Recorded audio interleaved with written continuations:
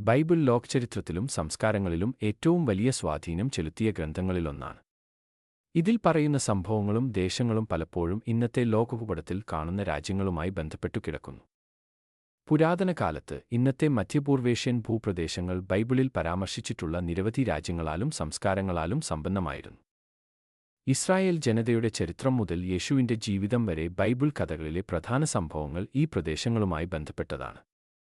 ഈ സ്ഥലങ്ങൾ ഒരു ഭൂപടത്തിൽ അടയാളപ്പെടുത്തുന്നത് ബൈബിളിലെ സ്ഥലങ്ങളെയും അവയുടെ ഇന്നത്തെ പേരുകളെയും കുറിച്ച് കൂടുതൽ മനസ്സിലാക്കാൻ സഹായിക്കും. ഈ പശ്ചാത്തലത്തിൽ ബൈബിളിൽ പരാമർശിച്ചിട്ടുള്ള രാജ്യങ്ങളെയും അവയുടെ ഇന്നത്തെ രൂപങ്ങളെയും ഞങ്ങൾ നിങ്ങൾക്ക് ഭൂപടത്തിലൂടെ പരിചയപ്പെടുത്താൻ ശ്രമിക്കുകയാണ്. ഈജിപ്തിലെ പിരമിഡുകൾ മുതൽ പേർഷ്യൻ സാമ്രാജ്യത്തിന്റെ വിശാലമായ ഭൂമി വരെ ബൈബിൾ ചരിത്രത്തിന്റെ ഭൂമിശാസ്ത്രപരമായ വ്യാപ്തി മനസ്സിലാക്കാൻ ഇത് നിങ്ങളെ സഹായിക്കുമെന്ന് കരുതുന്നു. ഇസ്രായേൽ ബൈബിളിന്റെ കേന്ദ്രസ്ഥാനത്തുള്ള രാജ്യമാണ് ഇസ്രായേൽ. അബ്രഹാമിന്റെ പിൻഗാമികളായ ഇസ്രായേൽ ജനതയുടെ വാഗ്ദത്ത ഭൂമിയാണിത്. പഴയ നിയമത്തിൽ ഇത് കാനാൻ ദേശം എന്നും പിന്നീട് ഇസ്രായേൽ, യഹൂദ എന്നിങ്ങനെയുമൊക്കെ അറിയപ്പെട്ടു. ഇവിടെയാണ് യേശു ജനിച്ചതും ജീവിച്ചതും. ബൈബിളിലെ മിക്ക സംഭവങ്ങളും ഈ പ്രദേശങ്ങളുമായി ബന്ധപ്പെട്ടതാണ്. ഇന്നത്തെ ഇസ്രായേൽ രാഷ്ട്രം ഈ സ്ഥലത്താണ്.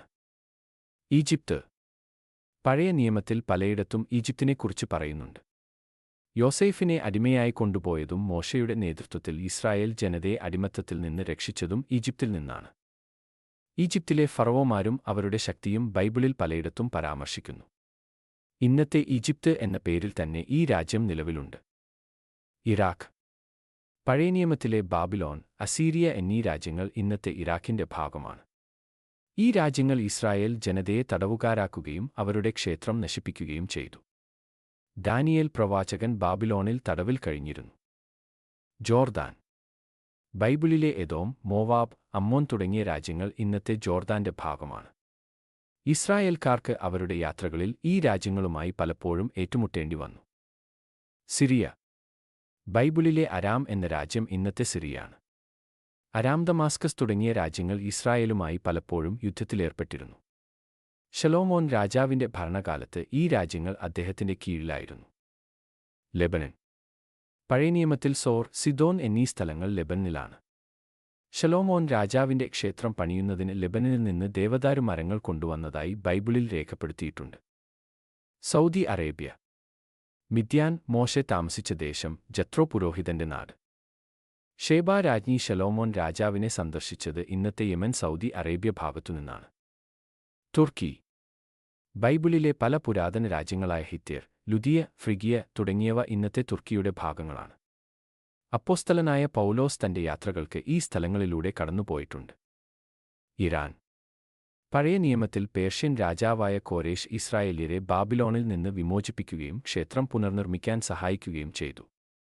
ഈ പ്രദേശം ഇന്നത്തെ ഇറാനാണ്. എത്യോപ്യ പുതിയ നിയമത്തിൽ ഒരു എത്യോപ്യൻ ഷണ്ടൻ യെരുശലേമിൽ നിന്ന് മടങ്ങുമ്പോൾ ഫിലിപ്പോസ് അവനോട് സുവിശേഷം പ്രസംഗിച്ചതായി പറയുന്നുണ്ട്.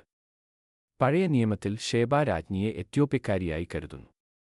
ഇന്ത്യ എസ്തേറിന്റെ പുസ്തകത്തിൽ അഹ്ശ്വേരോഷ് രാജാവിന്റെ സാമ്രാജ്യം ഇന്ത്യ മുതൽ കൂഷ് വരെ വ്യാപിച്ചിരുന്നതായി പറയുന്നു. റോം പുതിയ നിയമത്തിൽ റോമൻ സാമ്രാജ്യത്തിന്റെ സ്വാധീനം വ്യക്തമാണ്. പൗലോസ് അപ്പോസ്തലൻ റോമിൽ പോവുകയും അവിടെ തടവിലാക്കപ്പെടുകയും ചെയ്തു. റോമൻ ചക്രവർത്തിമാരുടെ കീഴിലായിരുന്നു യേശുവിന്റെ ജനനവും മരണവും. ഈ പ്രദേശം ഇന്നത്തെ ഇറ്റലി.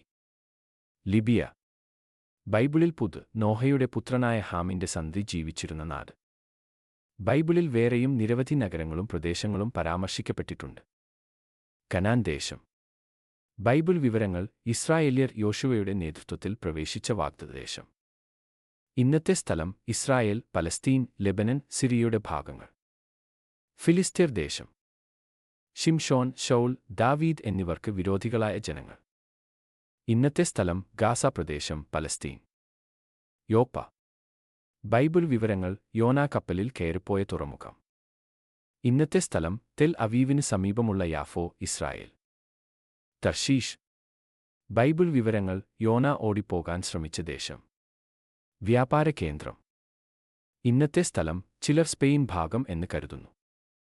ബൈബിളിൽ പരാമർശിക്കുന്ന ദേശങ്ങൾ ചരിത്രപരമായും ആത്മീയമായും വലിയ പ്രാധാന്യമുള്ളവയാണ്. പുരാതന സാമ്രാജ്യങ്ങളായ Egypt, Babylon, Assyria, Persia, Greece, Rome എന്നിവ ഇന്ന് ലോകചരിത്രത്തിൽ സുപ്രധാനമായ സ്ഥാനമാണ് കൈവരിക്കുന്നത്.